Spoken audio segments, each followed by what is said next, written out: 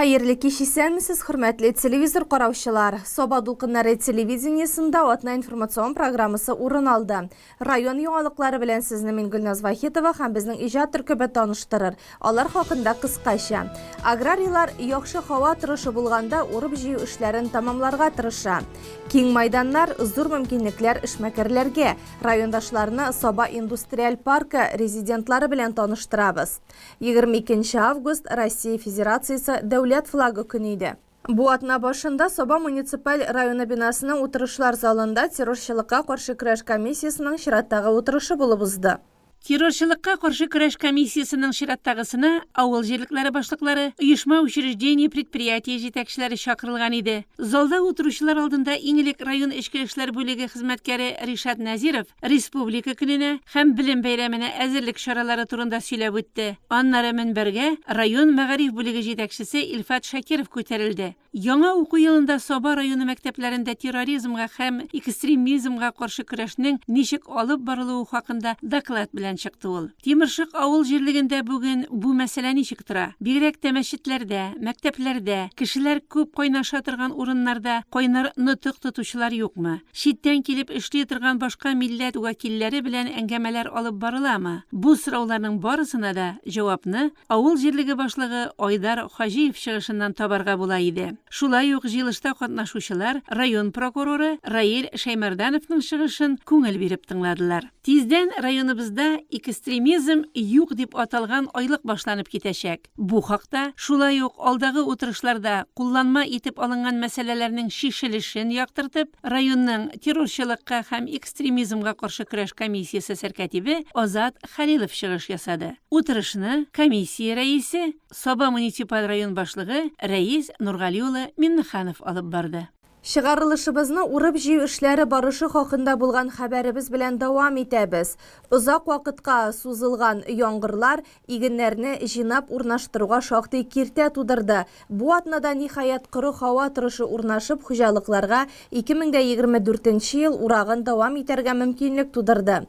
Район авыл хуҗалыгы һәм азык-төлек идарәсе мәгълүматларына караганда, хәзерге вакытка 8600 гектар җирдән 214140 центнер икмәк җыеп алынган.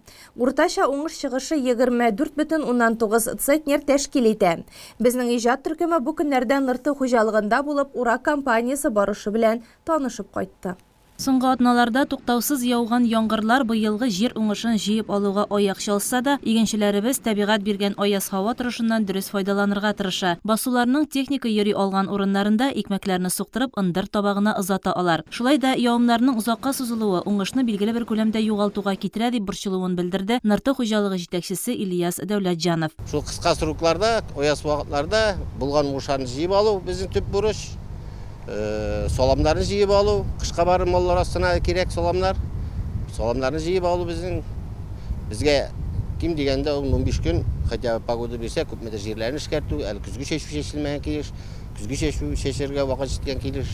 Бу яңгырлар аркасында безнең хәзер сулы алдан чәчелә торган культура, сулы җыелып бетерелмәгән басу бар, ким дигәндә 10-15% анда югарылыш булачак.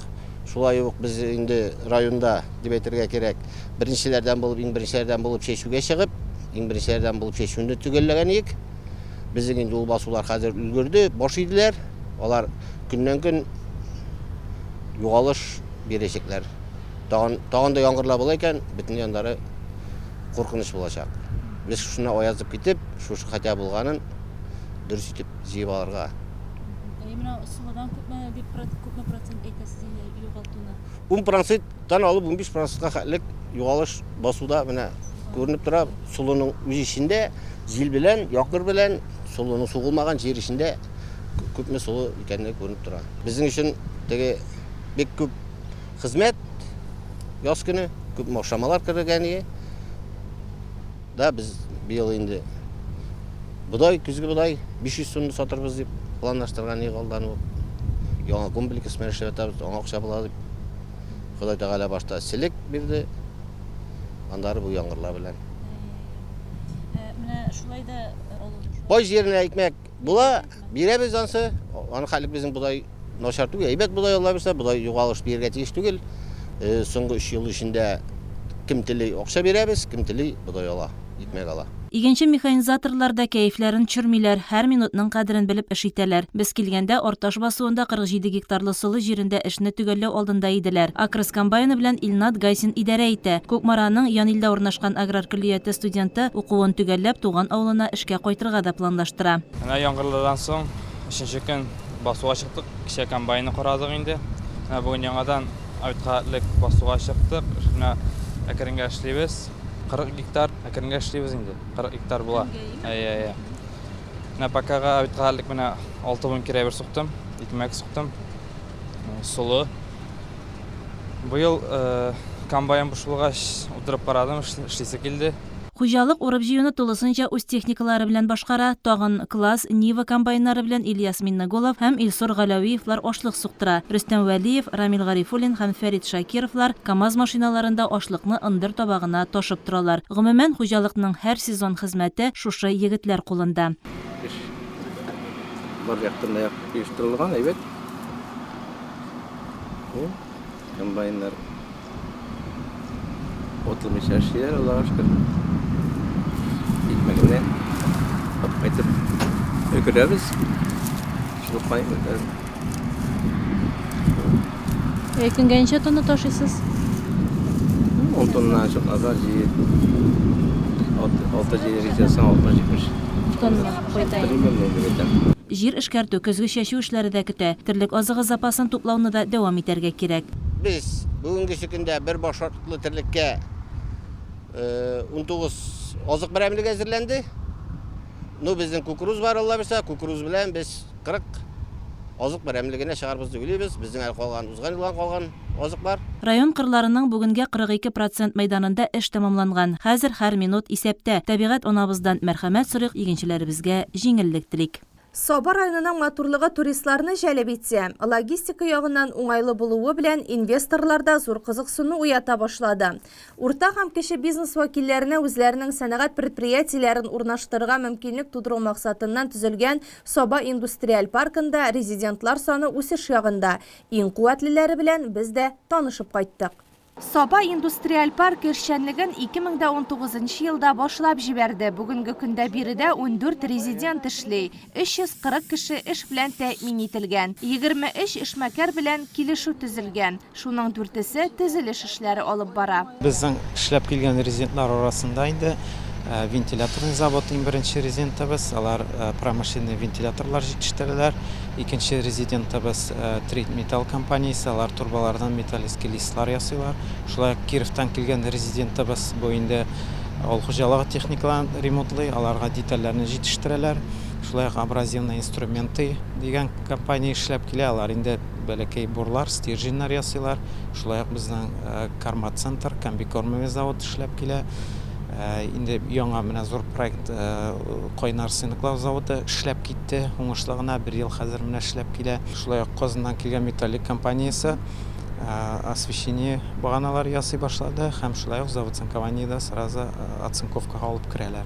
Шулай безнең беренче резидентларыбыз бу инде Алмаз мебель күптән эшләп киләләр, 40 кешене эш белән тәэмин итә. ИП Набиуллин стройматериаллар җитештерә, саталар. Һәм шулай ук менә яңа бетон заводы эшләп китте, уңышлы гына эшләп бара. Авыл хуҗалыгы азыгын тикшерү буенча республика лабораториясының да төзелеш эшләре тамамланып килә. Планда сентябрь аенда аны җиһазландыру, димәк тагын 6 кешегә эш урыны булачак.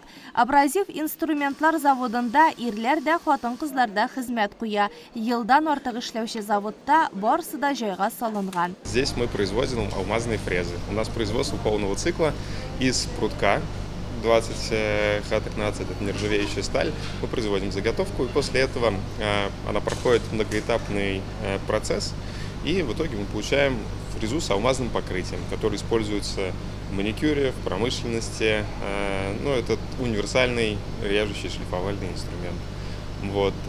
Мы в индустриальном парке находимся уже 2 года, больше года как работаем. Индустриальный парк предлагает нам отличные условия для размещения, очень хорошо с пониманием работает с резидентами и в итоге это отличная точка роста. В Сабинском районе прекрасная атмосфера для создания стартапа, бизнеса, отличная промышленная инфраструктура. У нас производство, как я сказал, полного цикла. Из заготовки до конечного изделия мы производим все здесь. Реализация, экспорт. Мы производим алмазные фрезы и продаем их на территории России, по всей России. Основной канал сбыта у нас Москва, Санкт-Петербург, продаем в Сибирь.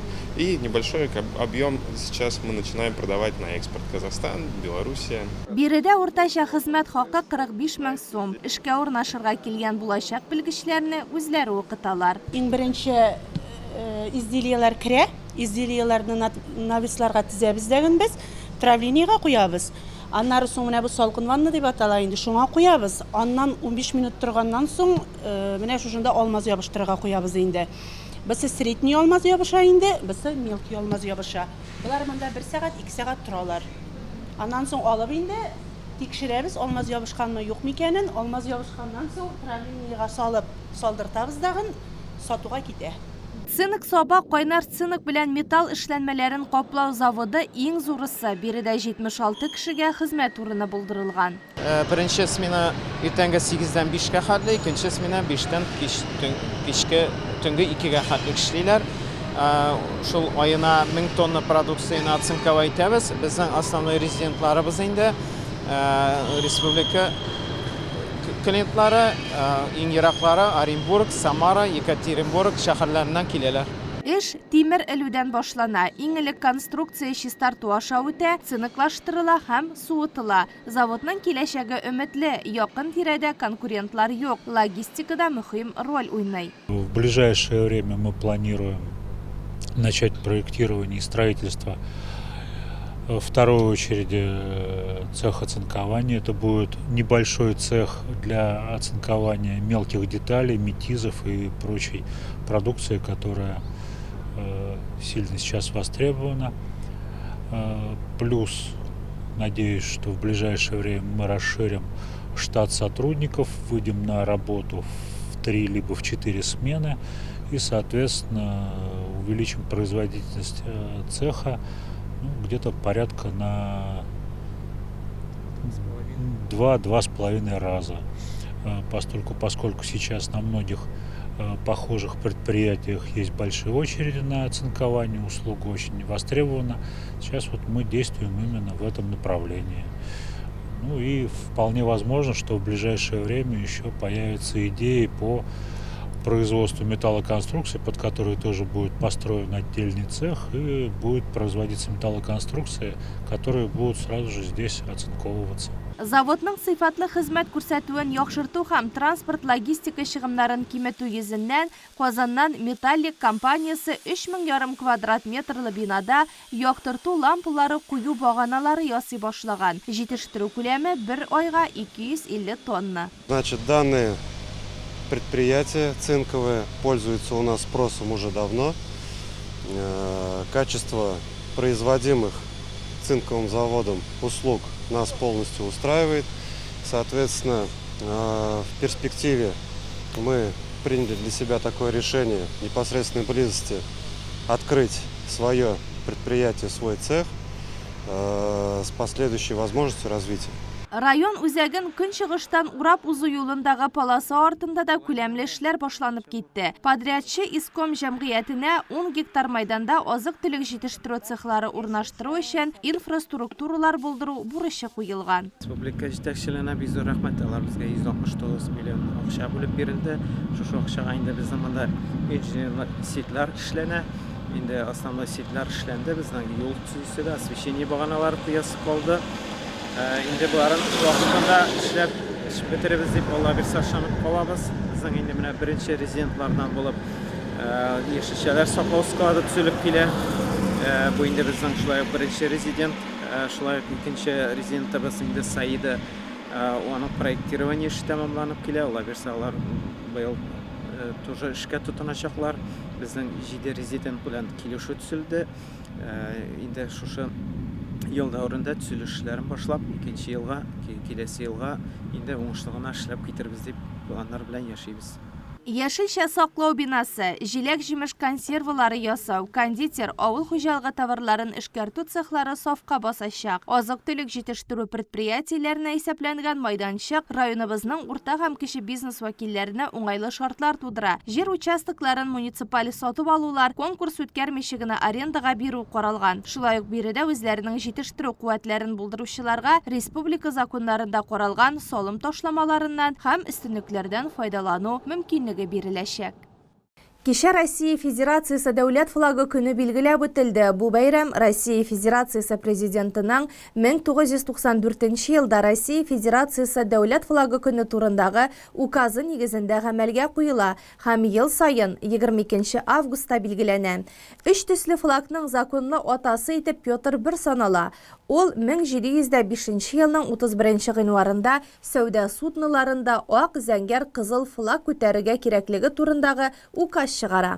Ул үзе үрнәген сызган һәм горизонталь полосалар тәртибен билгеләгән.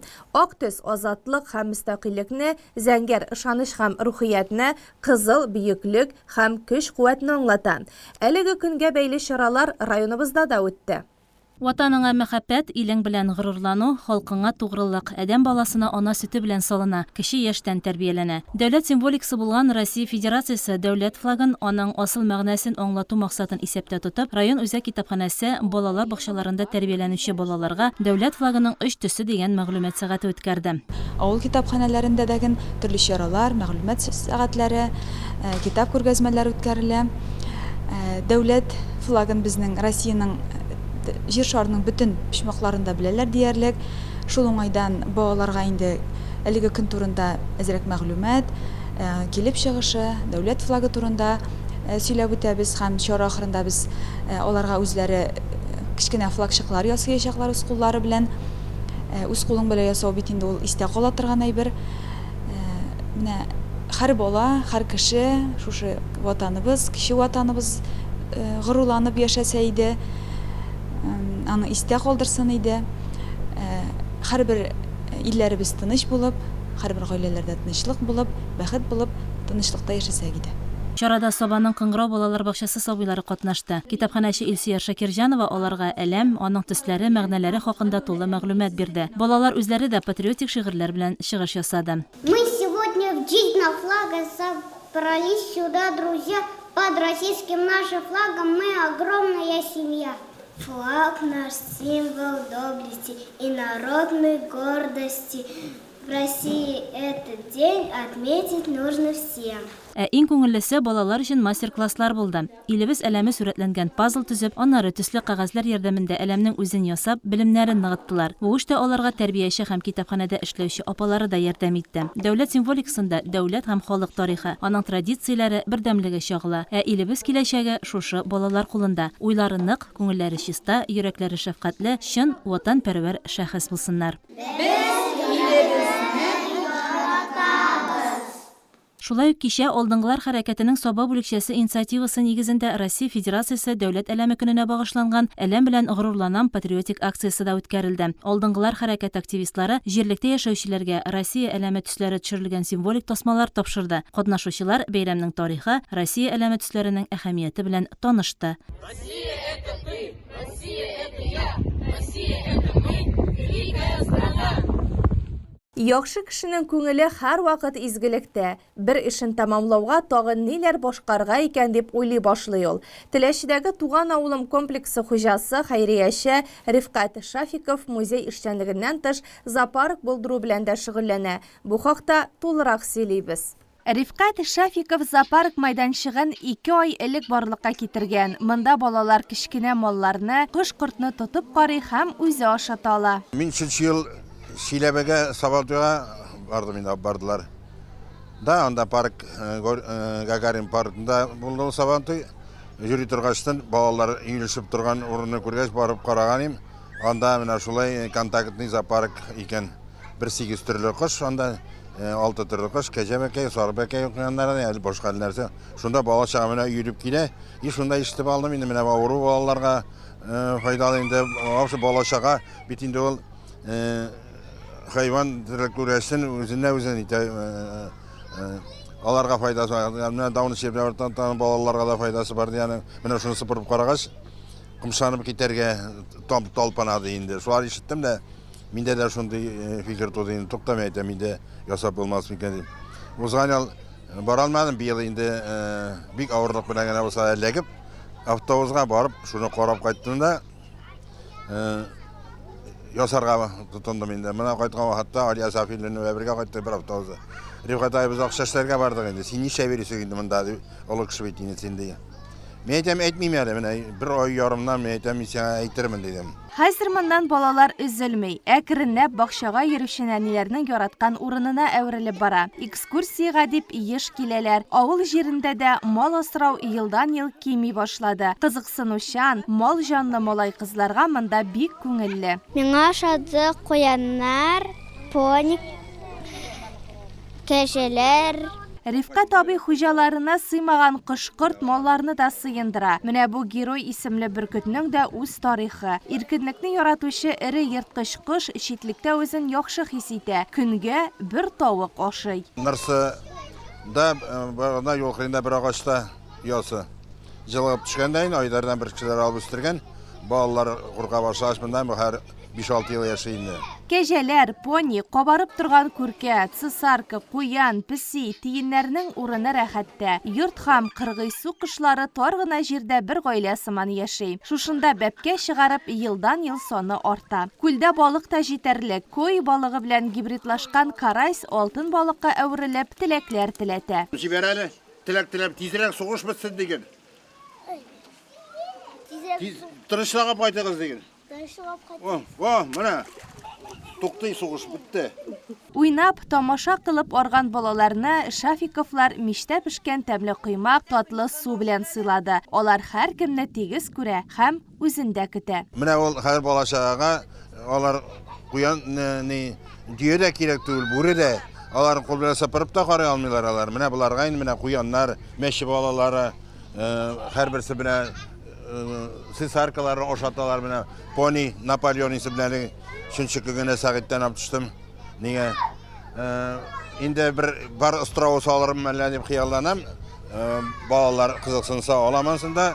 Менә моны хәзер инде ясаугына түгел, күрсәтергә дә кирәк. Балалар кисеннәр, карасыннар, бик кызыксыналар. Менә һәрбер сәне кул белән тотып карарга тырышалар инде, ошатырга. Нигә? Менә аларына инде условие куярбыз. Менә музейга да шулай менә алып килсеннәр, күрсәтсеннәр. Музейда да менә бөтен әйберләр эшли безнең әби бабайлары. Итек тә басып күрсәтеп була, итек тә тегеп күрсәтеп була, сагыз да кайнатып, сабын да ясап, дигит тә кайнатып. Менә кем әйтә ала? Менә безнең әби бабайларның кул эшләр белән шундый эшләр, һөнәрләр бар дип, ана шуны эшләп куеп күрсәтергә. Менә монда бөтен әйбердә эшли, күрсәтә, бөтен машина җыри, мотоцикл. Һәрберсе хәрәкәттә, һәрберсе нидә. Балалар күңеле һәр нәрсәне сеңдерә. Бу да якты хәтирә булып гомерлеккә сакланып калачак.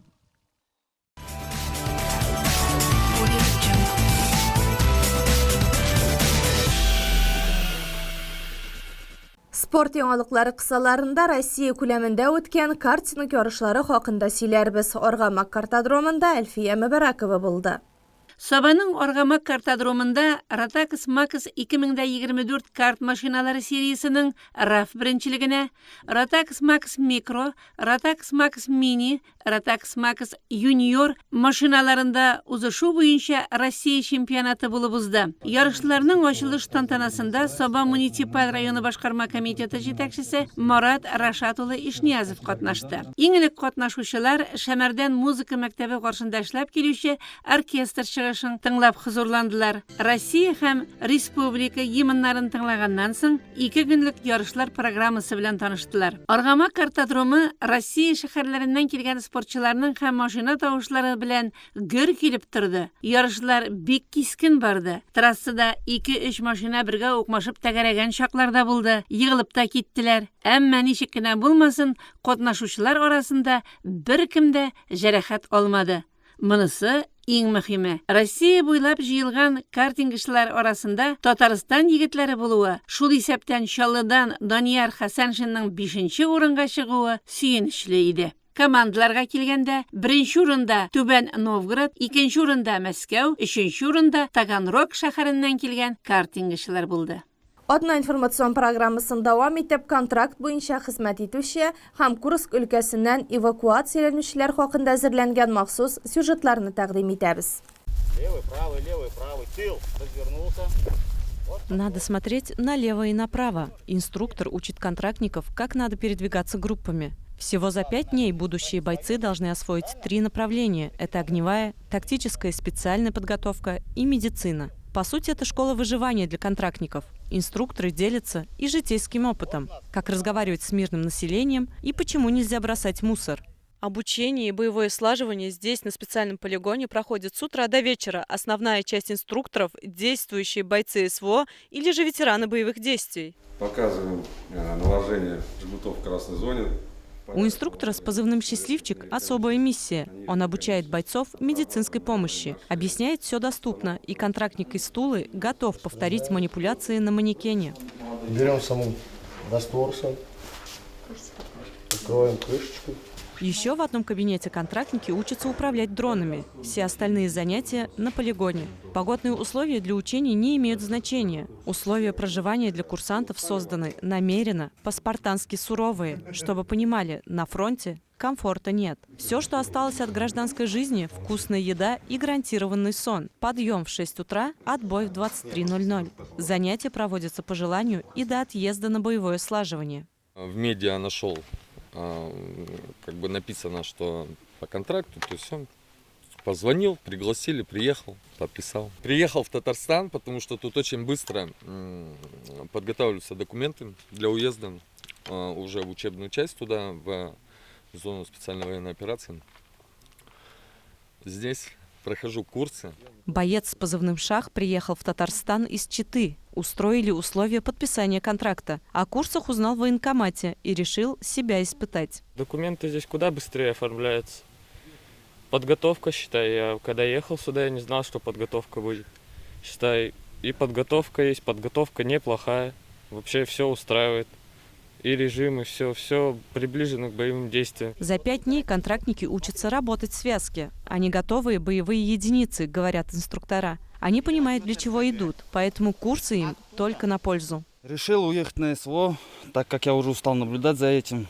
Решил тоже посодействовать, помочь своему народу. Наша задача максимально дать навыки, знания для того, чтобы в особых условиях они были готовы к нештатным ситуациям, смогли сохранить жизнь себе и своим товарищам. В Татарстане такие курсы можно пройти под Казанью и в Нижнекамске. Записаться контрактники могут в любом пункте военного сбора. Эльвира Мустафина, Алина Камалиева, Фаниль Мухарлямов.